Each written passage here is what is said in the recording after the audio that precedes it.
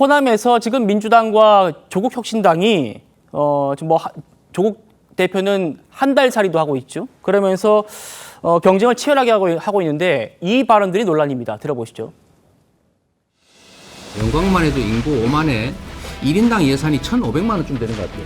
그중에 약 100만 원 정도만 이렇게 잘 절감하고 바꿔가지고 기본소득하고 그 기본소득으로 지역화폐로 지급해서 동네에서만 돈 쓰게 하면 동네 경제가 확 살지 않습니까? 공약을 여러분께 발표하는 날입니다. 민생정책 공약으로 생활을 보장하고 고령화에 적극 대응합니다. 간병비 지원, 왕진버스 운영, 전국민 대상 행복지원금 지급, 이런 쏠찬이 깜박한 공약 들어보셨습니까? 국가의 정치 지도자들이 이렇게 선거라는 유권자의 선택을 희화화해서는 안 될 겁니다. 그 돈은 어디서 나오는 겁니까? 국민 세금이에요. 네. 두 분이 사죄 팔아서 한다는 뜻은 아니었잖아요. 그 해당 지역 우리 국민들이 이렇게 만만하게 보입니까? 역시 국무총리로서 내치를 좀 해본 분은 다르다라는 생각도 들긴 합니다. 전혁진 변호사님. 네네. 100만 원 줄게 했더니 그거 받고 20만 원 더, 120만 원 줄게. 이렇게 지금 이재명, 조국 두 대표가 싸움을 벌이고 있어요. 그런데 영광군, 곡성군의 재정 자립도가 어떤지를 봤더니 이래요.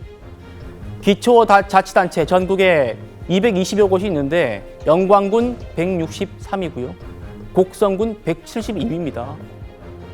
두 기초단체의 재정 자립도가 10%도 안 되는, 10%밖에 안 되는데 돈이 무슨 하늘에서 떨어지냐? 그거 다 세금 아니냐? 이런 김부겸 전 총리의 뜻이었습니다. 제가 봤을 때 특히 이제 영광 관련해 가지고는 그 조국 혁신당하고 민주당이 굉장히 치열하게 붙고 있다라는 이야기를 듣고 있고요. 그다음에 그렇기 때문에 저 두 대표가 저런 식의 이야기를 하는 게 어느 정도 이해가 되기는 합니다. 왜냐하면 조국 대표 입장에서는 지금 조국 혁신당 국회의원이 10명이 넘지만 선출직은 한 명도 없잖아요. 100% 비례 아니겠습니까? 그러니까 이번에 다른 데도 아닌 호남에서 교두보를 선출직으로 만들어낼 수 있는 아주 절호의 기회이니까 이 기회를 놓쳐서는 안 되겠다 생각을 하는 건 맞는 것 같고, 그다음에 이재명 대표 입장에서는 만약에 영광에서 패하게 되면 지금까지 그렇게 공고해 보였던 리더십이 지금 막 흔들리게 되는 거 아니겠습니까? 더군다나 11월에 두 재판에서 이재명 대표가 바라지 않는 그런 결과가 나온다라고 하면 그 리더십에 대한 흔들리는 것은 훨씬 더 가속화가 될 수 있을 것 같고요. 자, 잠깐만요. 거기에 대한 민주당의 얘기가 좀 있었어요. 듣고 네네. 계속 이어가 보도록 하지요. 정청래 민주당 의원 얘기입니다. 그리고 지난번에는 민주당이 안 되고 무소속이 됐었어요. 그래서 영광선거는 민주당의 귀책 사유가 없습니다. 이번에는 민주당으로 다 거시기 하자. 이제 이런 분위기고, 그리고 이 잘못되면 이재명 대표한테 큰 타격이다.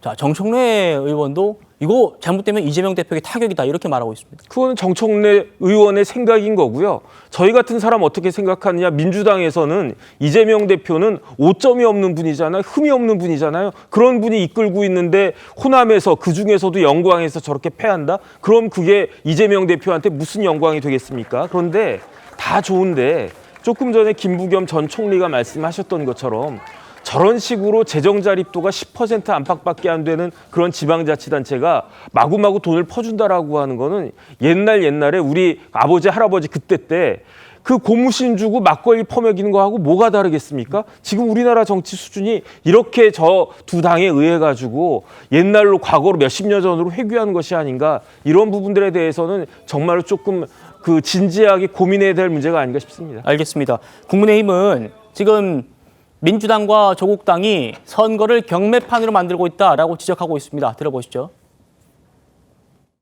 지금 더불어민주당과 조국혁신당이 호남 지역에서 하는 선거는 선거라고 보기가 어렵습니다. 받고 5만 원 더, 이런 식으로 계속 얼마를 주겠다라는 식의 경매를 부르는 것 아닙니까? 탈원전하겠다는 분들이 원전에서 나오는 세금으로 선거를 경매판으로 만들고 있습니다.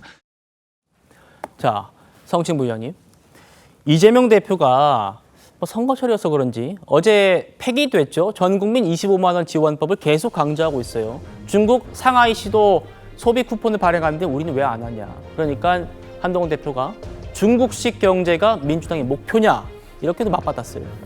또 그거에 대해서 뭐 중국식 경제라고 바빠가친 건 좀 부적절하지 않나라는 말씀 드리고 싶고, 기본소득 같은 경우는 전 세계적으로 다 논의가 되고 있는 부분입니다. 그래서 나라마다 아주 작게 실험을 해보는 나라들도 있고요. 이거 미국도 실험을 해보고 있고, 잉글랜드도, 영국도 잉글랜드 주에서 실험을 해보고 있습니다. 이런 것처럼 만약에 이 기본소득이 과연 효과가 있느냐, 이거를 실험해 보기 위해서는 아마도 그 작은 자치단체 정도에서 해보는 것이 적절한 것이죠. 근데 아까도 말씀하신 것처럼 이렇게 그 재정자립도가 떨어지는 지역에서 하는 것이 적절한가 하는 비판은 그 김부겸 전 총리께서 말씀하신 것처럼 좀 따져봐야 될 문제, 좀 생각해봐야 될 부분이긴 합니다만, 네. 그렇다면 우리나라에서도 이 기본소득, 다른 나라에서 유럽 선진국이나 미국에서도 한번 실험해보고 있는 이런 것들에 대해서 왜 우리는 시도해볼 수 없는 것인가?